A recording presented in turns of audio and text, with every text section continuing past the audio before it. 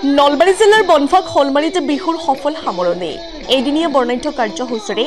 অনুষ্ঠিত হৈছিল বিহু সন্মিলনীখনি ৰাতিপুৱাৰ ফাকৰে পৰা বহুতো কাৰ্যসূচী ৰখা হৈছিল উক্ত অনুষ্ঠানতো সকলো কাৰ্যসূচীৰে আগধৰে যুৱ সমাজকৰ্মী নগেন ৰাজবংশীয়ে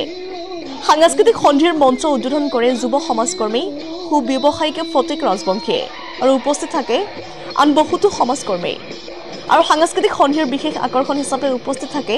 কণ্ঠশিল্পী হিচাপে বিনোদ কলিতা আৰু সাগৰিকা গাৰ্গীৰ গীতৰ শৰাই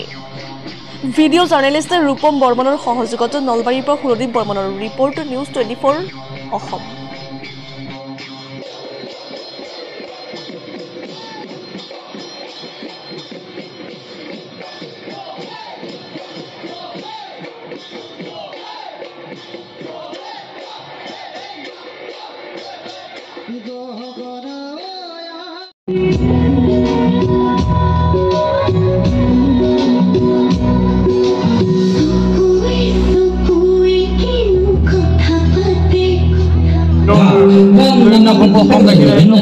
Anda